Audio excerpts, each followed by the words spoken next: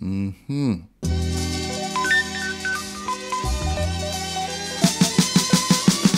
the Lenten season, a lot of Trinis will be consuming a lot more fish and seafood with their meals. So I wanted to experiment with a seasoning blend that could make your meal prep a little easier. You could season your fish in this and allow it to marinate beforehand, or you could apply it directly for a pan sear or stir fry application. As we all know, a key component in seasoning any seafood is citrus. When the mussels in the fish start to break down, they produce amines, which is a very similar compound to ammonia, hence the pungent, fishy smell that you get. The citric acid found in limes and lemons reacts to the amines and forms amine salt, which has no smell or taste. So essentially, the citrus neutralizes the fishiness of the dead fish.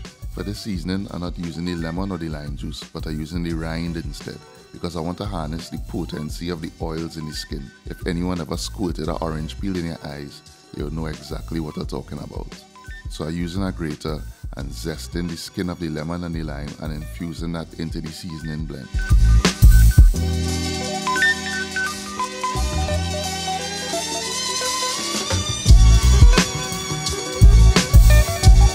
For the herbs, I'm using dill, chive, and shadow benny.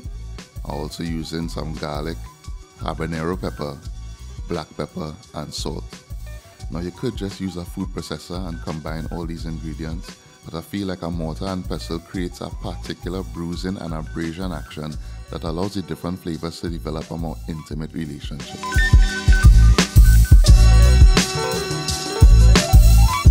Make sure you taste for salt before adding, because you don't want to go and spoil the whole thing. Remember, you could always add salt, you can't take out salt. Add some olive oil and that's it. Your seasoning is done and ready to use. Although I do recommend leaving it for a few hours or overnight for it to kusume. I didn't have a couple hours to spare, so I jumped right in and used it on a piece of kingfish. I applied the seasoning generously to the fish and then pan-seared it for a minute on each side and then tossed it in the oven at 375 degrees for about 8 to 10 minutes. This is a technique I learned for blackened fish on a shoot with the late Joe Brown.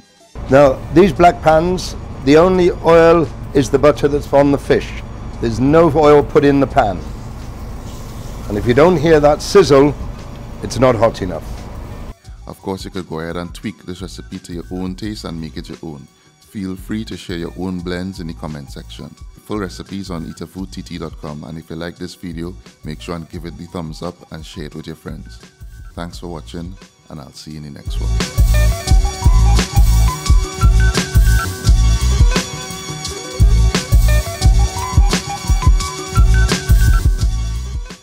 Mmhmm.